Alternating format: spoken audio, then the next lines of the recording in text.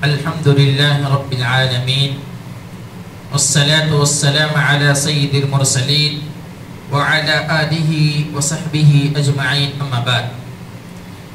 أعوذ بالله من الشيطان الرجيم بسم الله الرحمن الرحيم فأما من أوتي كتابه بيمينه فيقول هاؤم اقرءوا كتابيه إني ظننت أني ملاق حسابيه فهو في عيشة راضية في جنة عالية قطوفها دانية كلوا واشربوا هنيئا بما أسلفتم في الأيام الخالية. یہ سورہ حاقہ کی چند آیتیں ہیں. ابھی تک قیامت کی ہولناکی اور قوموں نے کس طریقے سے اللہ رب العالمین کی نافرمانی کی، جس کے بنا پر رب العالمین نے ان کو اپنے گرفت میں لیا. اسی طریقے سے کل کے درس میں اس آیتوں کے ذریعے سے اللہ رب العالمین نے قیامت کی ہولناکی کو بیان فرمایا، کس طریقے سے آسمان و زمین پھٹ جائیں گے اور نفسی نفسی کا عالم ہوگا. پھر اللہ رب العالمین حساب و کتاب کی عدالت لگائے گا اور اس طریقے سے ہر ایک کے نام اعمال کو اس کے ہاتھ میں دے دیا جائے گا. اسی کا نقشہ کھینچتے ہوئے اللہ رب العالمین نے بیان فرمایا فَأَمَّا مَنْ أُوتِيَ كِتَابَهُ بِيَمِينِهِ، جس کا نام اعمال اس کے داہنے ہاتھ میں دیا جائے گا فَيَقُولُ هَاؤُمُ اقْرَءُوا كِتَابِيَهْ، تو وہ لوگوں سے کہے گا کہ یہ لیجئے میرا نام اعمال پڑھیے. یعنی داہنے ہاتھ میں نام اعمال اگر کسی کو دیا جائے گا تو یہ اس بات کی نشانی ہوگی کہ اس کا رزلٹ جو ہے، اس کا نتیجہ جو ہے وہ بہت ہی بہترین ہے. اور ہم اور آپ دنیا کے اندر دیکھتے ہیں اگر کسی کا نتیجہ، کسی کا رزلٹ بہترین ہوتا ہے تو لوگوں کو دکھلاتا ہے اور بتلاتا ہے، خوشی ہوتی ہے اس کو. اسی طریقے سے قیامت کے دن بھی جب کسی کو نام اعمال اس کے داہنے ہاتھ میں دیا جائے گا تو لوگوں کو خوشی کے بارے دکھلائے گا اور بتلائے گا کہ دیکھیے یہ میرا نام اعمال ہے اور اللہ رب العالمین نے مجھے یہ میرا نام اعمال دیا ہے.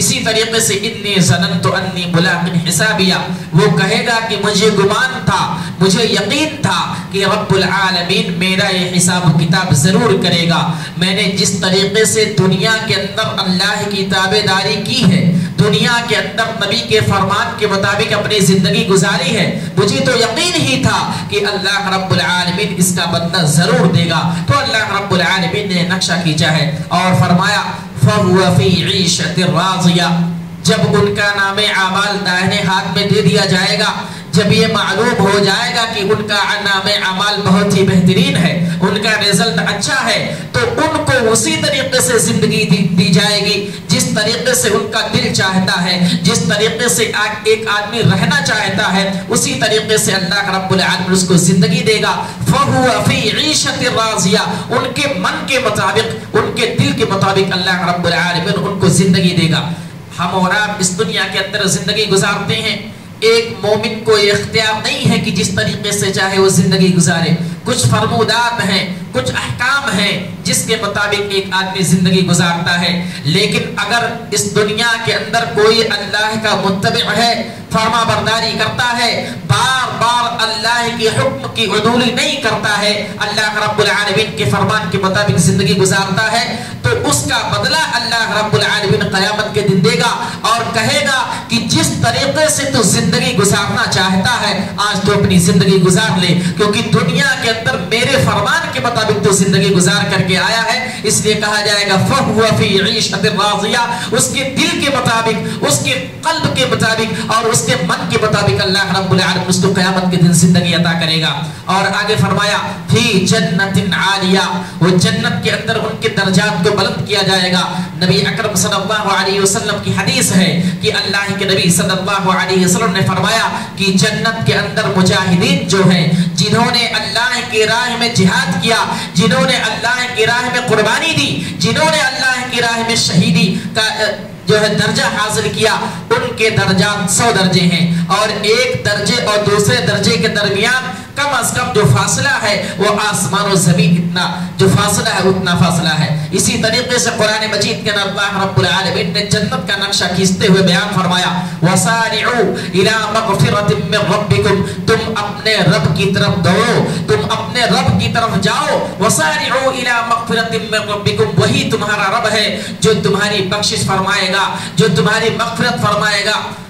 وَسَارِعُوا إِلَى مَغْفِرَةٍ مِّن رَبِّكُمْ وَجَنَّةٍ عَرْضُهَا السَّمَاوَاتُ وَالْأَرْضُ أُعِدَّتْ لِلْمُتَّقِينَ، اور ایسے جنت کی طرف دوڑو، ایسے جنت کی طرف لپکو جس کی چوڑائی آسمان و زمین کی اتنا ہے، اور وہ کن کے لیے بنایا گیا ہے؟ اعدت للمتقین، جو متقی ہیں، جو پرہیزگار ہیں، جو اللہ سے خوف کھاتے ہیں، جو اللہ سے ڈرتے ہیں، ان کے لیے اس جنت کو تیار کیا گیا ہے۔ تو اسی کا نقشہ کھینچتے ہوئے اللہ رب العالمین نے کہا فی جنت عالیہ۔ ایک معنی تو یہ ہے کہ اللہ رب العالمین نے جنت کو بہت بلند و بالا بنایا ہے، اور اسی طریقے سے ایک مراد یہ ہے کہ آدمی جب جنت میں چلا جائے گا تو اللہ رب العالمین اس کے درجات کو بلند فرمائے گا، تو یہ جنتیوں کا مقام ہوگا۔ اللہ رب العالمین نے اس کا نقشہ کھینچا ہے اور کہے گا قطوفها دانیہ، جو میوے ہوں گے آسمان، جو میوے ہوں گے، کھانے کے لیے جو پھل ہوں گے وہ جھکے ہوئے ہوں گے، آدمی کو اٹھنے کی ضرورت نہیں ہے، وہ اگر چاہے گا تو اسی طریقے سے کھا سکتا ہے، اٹھنے کی ضرورت نہیں ہے، لیٹے لیٹے اس کو کھانے کی جو ہے فرمائش ہوگی اور وہ کھا سکتا ہوگا۔ اسی طریقے سے اللہ رب العالمین نے جنت کے نقائش کو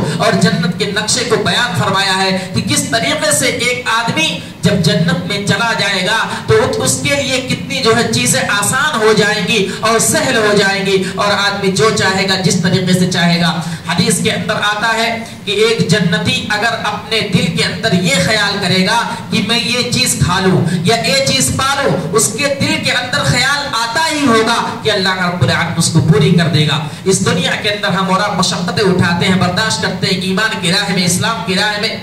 اسی کا نتیجہ، اسی کا ثمرہ اللہ رب العالمین کل قیامت کے دن جنت میں اگر ہمارا داخلہ ہو گیا تو اللہ رب العالمین اس کا بدلہ دے گا۔ اس لیے قرآن میں اس کے واضح انداز میں اور حدیث میں اللہ کے نبی صلی اللہ علیہ وسلم نے بار بار بتایا ہے تاکہ ایک مسلمان، ایک ایمان والا بندہ جب اس کو پڑھے تو جنت کی طرف دوڑے۔ خود قرآن مجید میں کہا گیا وَسَارِعُوا إِلَى مَغْفِرَةٍ مِّن رَبِّكُمْ وَجَنَّةٍ، کہ تم اللہ کی مغفرت کے لیے دوڑو اور اس جنت کے لیے دوڑو جو آسمان و زمین کی اتنا چوڑا ہے۔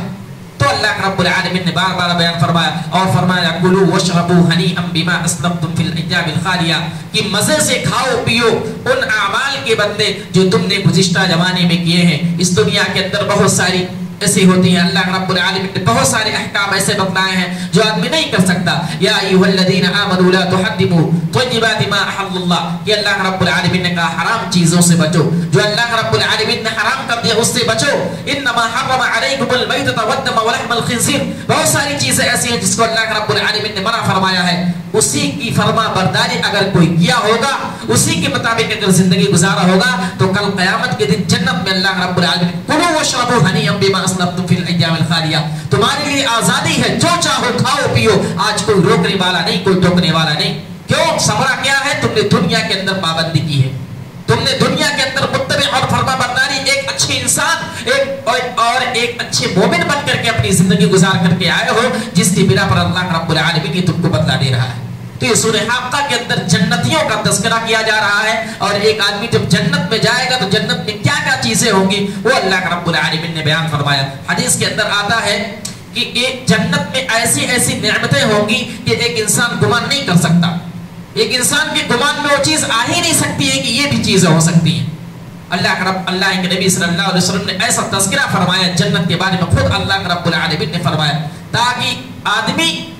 ایسی چیزیں اس دنیا کے اندر کرے، مشقتیں اور پریشانیاں آئیں تو اس کو جھیل لے، کیوں؟ کیونکہ اس کے لیے جنت کو تیار کر دیا گیا ہے۔ جنت میں ایسی ایسی نعمتیں ہیں جو ایک انسان تصور نہیں کر سکتا ہے، بہت ساری چیزیں ایسی ہیں۔ اس لیے ہم اور آپ قرآن پڑھیں، حدیث پڑھیں اور بہت ساری چیزیں پڑھیں، انشاءاللہ بہت ساری معلومات ہوں گی۔ اخیر میں اللہ رب العالمین سے دعا ہے کہ رب العالمین ہمیں اس دنیا کے اندر تیرے فرمان کے مطابق زندگی گزارنے کی توفیق عطا فرما۔ اے اللہ رب العالمین، اگر ہمیں اسلام کی راہ میں